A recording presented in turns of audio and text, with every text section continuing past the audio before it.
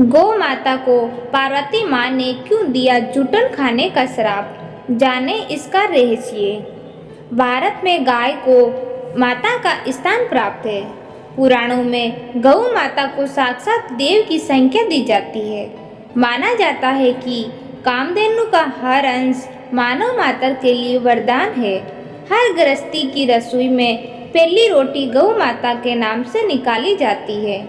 सुख और दुख से जुड़ा कोई भी धार्मिक काम हो या फिर अनुष्ठान गौ माता का ग्रास निकाले बिना पूरा नहीं होता है। इसके बावजूद गौ माता के झुंड कचरे के ढेर पर जुटन से पेट भरते दिखाई देते हैं। इसे देखकर मन में प्रश्न आना स्वाभाविक है कि आखिर गौ माता की आज ऐसी दुर्गति क्यों है। पौराणिक कथाओं के अनुसार इस प्रश्न का उत्तर माँ पार्वती के श्राप से जोड़कर बताते हैं। तो आइए जानते हैं। एक बार की बात है जब भगवान शिव और माता पार्वती समुद्र के किनारे विहार के लिए गए। इस दौरान भगवान शिव के मन में एक शरारत सूझी और उन्होंने कहा कि देवी पार्वती, मुझे अचानक एक आवश्यक कार्य के लिए जाना पड़ रहा है। मैं कार्य पूर्ण होते ही शीघ्र ही आपके पास आता हूँ। आप यही मेरी प्रतीक्षा कीजिए। असल में भगवान शंकर माता पार्वती को परेशान करना चाहते थे। भगवान शिव की बात मानकर माता पार्वती अकेली ही समुद्र तट पर बैठकर उनकी प्रतीक्षा करने लगी और इसी तरह शाम हो गई।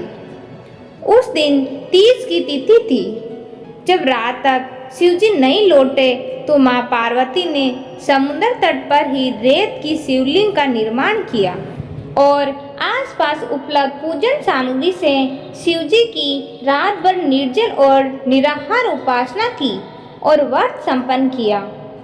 भगवान शिव वहाँ सूक्ष्म रूप में पहले से ही विराजमान थे और वो सभी गतिविधियों को निहार रहे थे। सुबह होते ही माँ पार्वती जी ने समुद्र में रेत की शिवलिंग और पूजन सामग्री को विसर्जित कर दिया।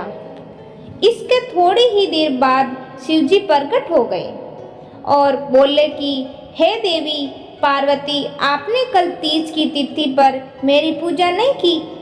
पार्वती जी ने कहा कि भगवान, कल मैंने आपकी पूजा की थी और पूजन सामग्री अभी विसर्जित की है। भगवान शिव अभी भी माँ पार्वती के साथ ठिठोली करना चाहते थे और बोले कि हे पार्वती, मुझे तो पूजा का कोई चिन्ह दिखाई नहीं दे रहा है। अगर आपने पूजा की है तो इसका प्रमाण दीजिए। शिवजी की बात सुनकर माता पार्वती ने आसपास देखा और उन्हें वहाँ एक गाय खड़ी दिखाई दी।